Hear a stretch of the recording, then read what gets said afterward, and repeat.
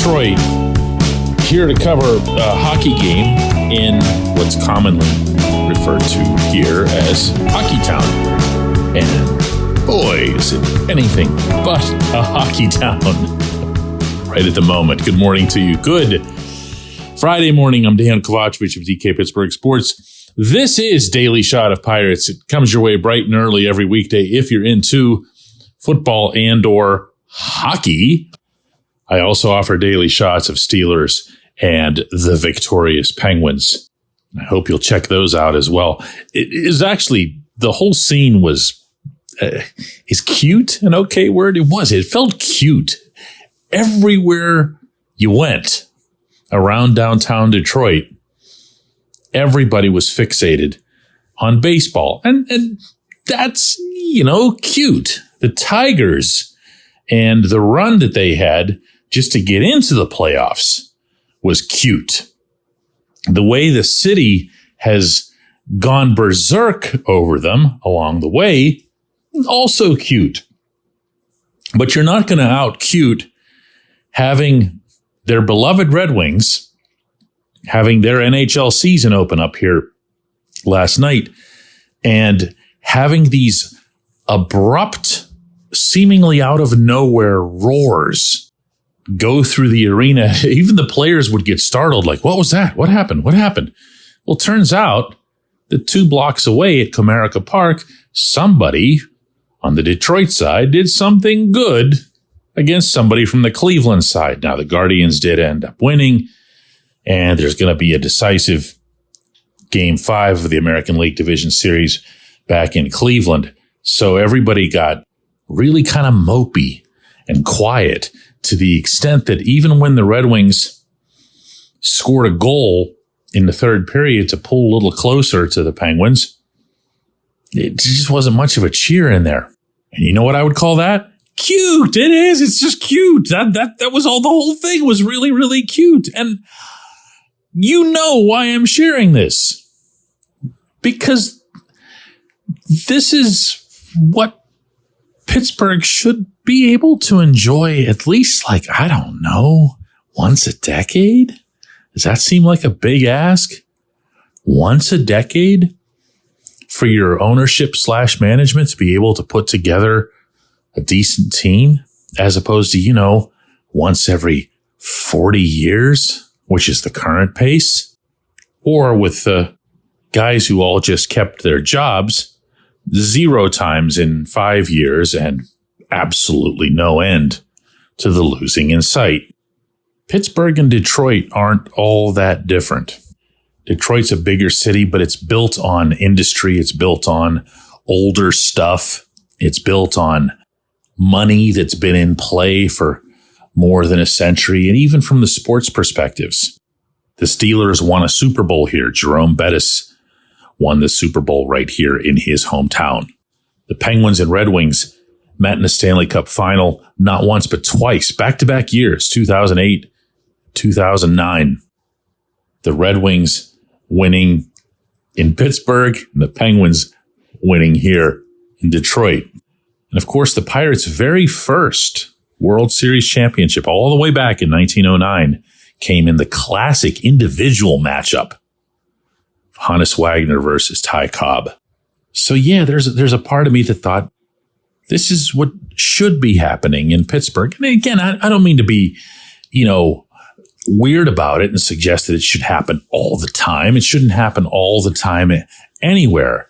But that's also just the general nature of Major League Baseball, that it's going to be completely normal to have, 2 New York teams and a Los Angeles team among your Final 4. But it should be something that could be expected occasionally. These people were so into this, so into every single pitch.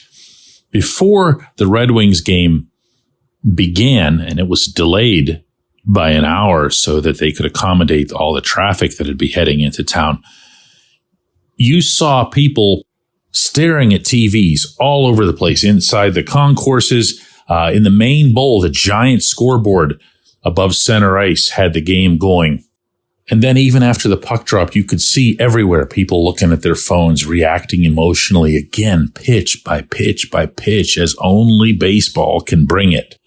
And it brings together a city. It brings together the community of people within the city.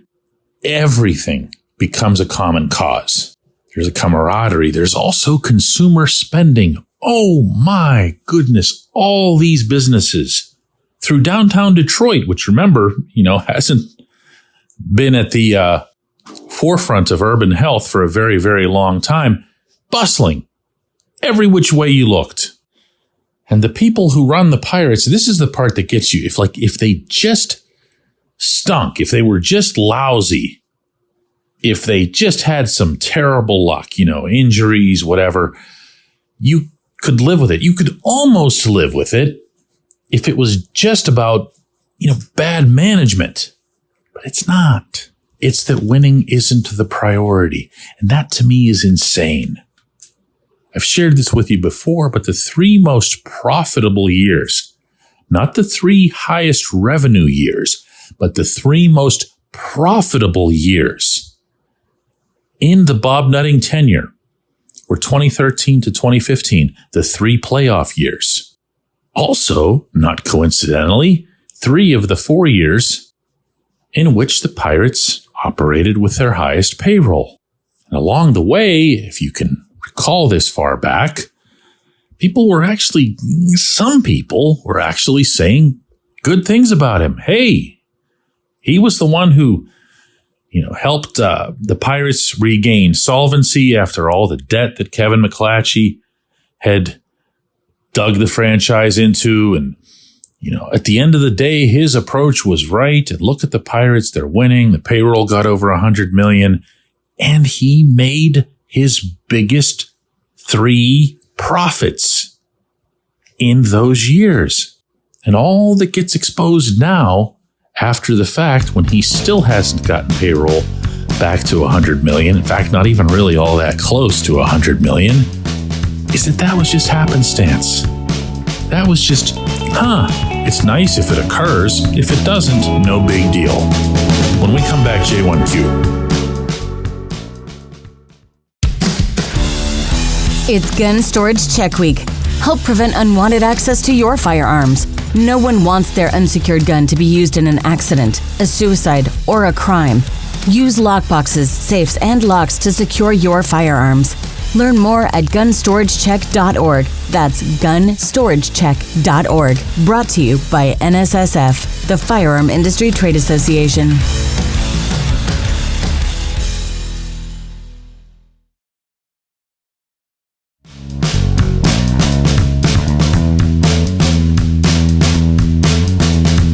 Today's J1Q comes from Bruce, who says, DK, I've been watching a lot of the Detroit-Cleveland series, and I'm amazed how both managers are doing everything they can to put their respective teams in the best position to win.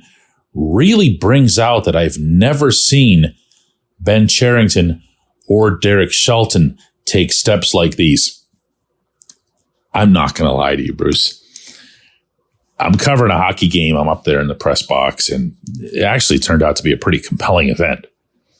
But these people freaking out down there every time something good would happen for the Tigers kind of piqued my curiosity. So I opened up my MLB app for the first time in forever and put that game on, the one that was occurring across the street.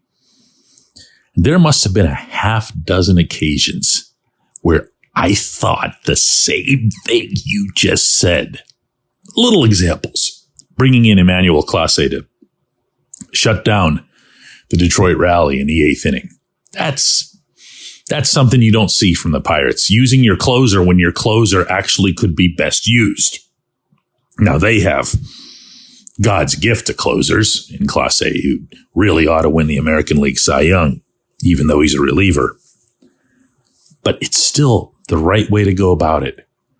You saw a squeeze executed by the Guardians for an insurance run in the 9th inning. Whereas the Pirates' retort to that would be, well, our guys aren't very good at that.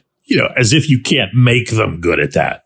So I saw it. I saw what you saw. You might have seen more examples. I might have seen examples that you hadn't thought of, but I saw it. I saw a lot of it. And I also saw a lot of things that would bother me on a general manager level, like all of the Latin American talent in particular that's on the Cleveland roster, because of good internal acquisition and development, but also smart trades and other completely crazy concepts. Hey, before I go today and before I sign off for the week, I spend a lot of time in my life and in my career in the Bradenton and Sarasota area of Florida, and seeing the images that are coming out of there now through the St. Petersburg and Tampa areas just to the north is unsettling. Gotten to know a lot of good people down there over the years.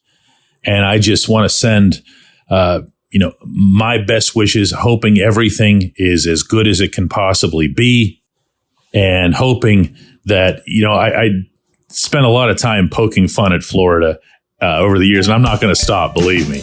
But I also know that it takes some resiliency to live in those kinds of weather conditions year after year after year. And I trust that everything will be in working order, by the time spring training comes around.